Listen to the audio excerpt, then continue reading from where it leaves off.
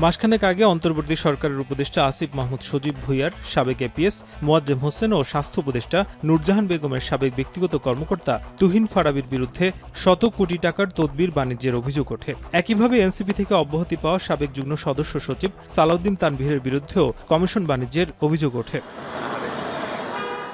এসব অভিযোগের বিষয়ে গোয়েন্দা কার্যক্রম শেষে প্রকাশ্য অনুসন্ধানে নামে দুদক।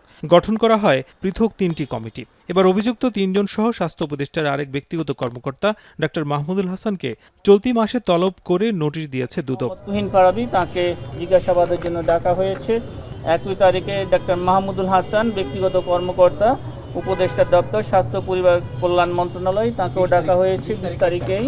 জনাব গাজী সালাউদ্দিন তানভীর তাকে ২১/৫/২০২৫ তারিখে ডাকা হয়েছে এবং জনাব মোয়াজ্জেম হোসেনকে এপিএস তাকে ২২ তারিখে ডাকা হয়েছে।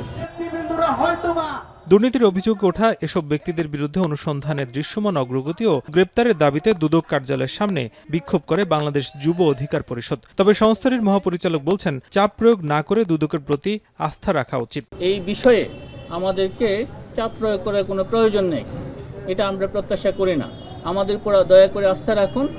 অবশ্যই আপনারা সেই দৃশ্যমান আমাদের অনুসন্ধান তদন্তের দৃশ্যমান ফলাফল আপনারা জানতে পারবেন। এদিকে ঋণের নামে ৪০৪ কোটি টাকা আত্মসাতের অভিযোগে ন্যাশনাল ব্যাংকের সাবেক পরিচালনা পরিষদের সদস্য পারভীন হক শিকদার, রন হক শিকদার সহ ১৬ জনের বিরুদ্ধে মামলা করেছে সংস্থাটি। সেগুলোর বিষয়ে আইনানুগ ব্যবস্থা গ্রহণ করা হবে। নাজমুস সাকিব, এখন, ঢাকা। সানবিট সব দিবে সামাল। সানবিট ম্যাজিক প্রেস ডিশওয়াশিং এর মাথা ঘোরানো সলিউশন।